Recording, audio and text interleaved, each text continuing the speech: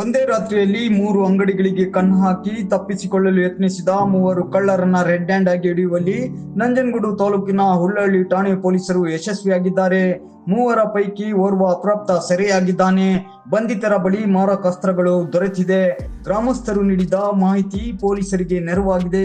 ನಂಜನಗೂಡು ತಾಲೂಕಿನ ಹೆಡಿಯಲ ಗ್ರಾಮದಲ್ಲಿ ತಡರಾತ್ರಿ ಬಸ್ ನಿಲ್ದಾಣದ ಸಮೀಪವೇ ಇರುವ ದಿನಸಿ ಅಂಗಡಿ, ಕಬ್ಬಿಣದ ಅಂಗಡಿ ಹಾಗೂ ಗ್ರಾಮದ ಹೊರವಲಯದಲ್ಲಿರುವ ಮದ್ಯದ ಅಂಗಡಿ ಬೀಗ ಮುರಿದ ಕದೀಮರು ಕಳ್ಳತನ ಮಾಡಿದ್ದಾರೆ. ದಿನಸಿ ಅಂಗಡಿಯಲ್ಲಿ 70,000 ನಗದು, ಕಬ್ಬಿಣ ಅಂಗಡಿ ಬೀಗ ಮುರಿದರೂ ಹಣ ದೊರೆತಿಲ್ಲ. ಮದ್ಯದ ಅಂಗಡಿ ಬೀಗ ಮುರಿಯುತ್ತಿದ್ದ ವೇಳೆ ಭಾರಿ ಶಬ್ದ ಬಂದ ಕಾರಣ ಜಮೀನಿನಲ್ಲಿ ಕಾವಲು ಕಾಯುತ್ತಿದ್ದ ರೈತರು ಪೊಲೀಸರಿಗೆ ಮಾಹಿತಿ ನೀಡಿದ್ದಾರೆ. ಅಲರ್ಟ್ ಆದ ಹುಲ್ಲಹಳ್ಳಿ ಠಾಣೆ ಪಿಎಸ್ಐ ಚೇತನ್ ಕುಮಾರ್ ನೇತೃತ್ವದ ಸಿಬ್ಬಂದಿಗಳು ಗ್ರಾಮಸ್ಥರ ನೆರವಿನಿಂದ ಸುತ್ತುವರೆದು 3 ಕದೀಮರನ್ನ ಸೆರೆ ಹಿಡಿದಿದ್ದಾರೆ. ಮಾರಕಾಸ್ತ್ರಗಳ ಮೂಲಕ ಬೆದರಿಸಿ ಸ್ಥಳದಿಂದ ಪರಾರಿಯಾಗಲು ಯತ್ನಿಸಿದ್ದಾರೆ.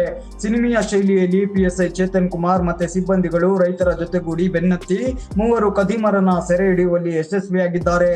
21 ವರ್ಷದ ಪ್ರತಾಪ್, 35 ವರ್ಷದ ಮಹಾಲಿಂಗ, 17 ವರ್ಷದ ಅಪ್ರಾಪ್ತ ಬಾಲಕ ಸೇರಿ 3ರನ್ನ ಪೊಲೀಸರು ವಶಕ್ಕೆ ಪಡೆದಿದ್ದಾರೆ. ಶೋಕಿಗಾಗಿ ಕಳ್ಳತನ ಮಾರ್ಗ ಹಿಡಿದಿರುವುದು ವಿಚಾರಣೆ ವೇಳೆ ಬಯಲಾಗಿದೆ.